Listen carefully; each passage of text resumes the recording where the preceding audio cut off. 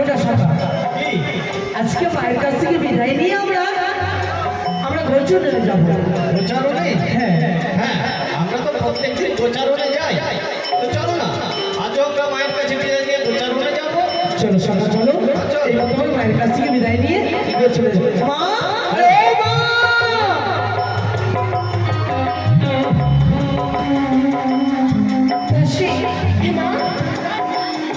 আমার কারণে যেন কোথাও খুঁজে পেলাম না, কোথায় গেছে সে আমার কারণ। সে তো এসে মা, আমরা কিছু করে বিশ্বাস করবো। আমার কারণ, আমার বিশ্বাস, আমার কারণে নিশ্চয়ই আমার কাছে ফিরে আসে। এই মা, সে সেখানেই থাক না কেন। মা, ও মা, মা, এই দোকানের বন্ডের সাজাতে হয়।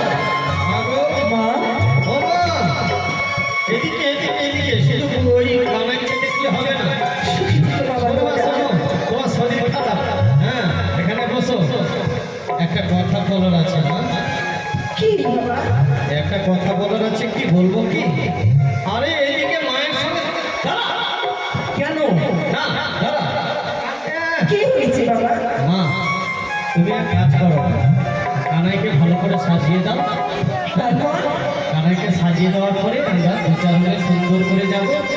তুই কি বললি বাবা? হ্যাঁ। না না, আমার কানাইকে আমি বিদায় করতে পারবো না। মা, সেই গোচরণে আমি যেতে দিব না আমার কানাইকে।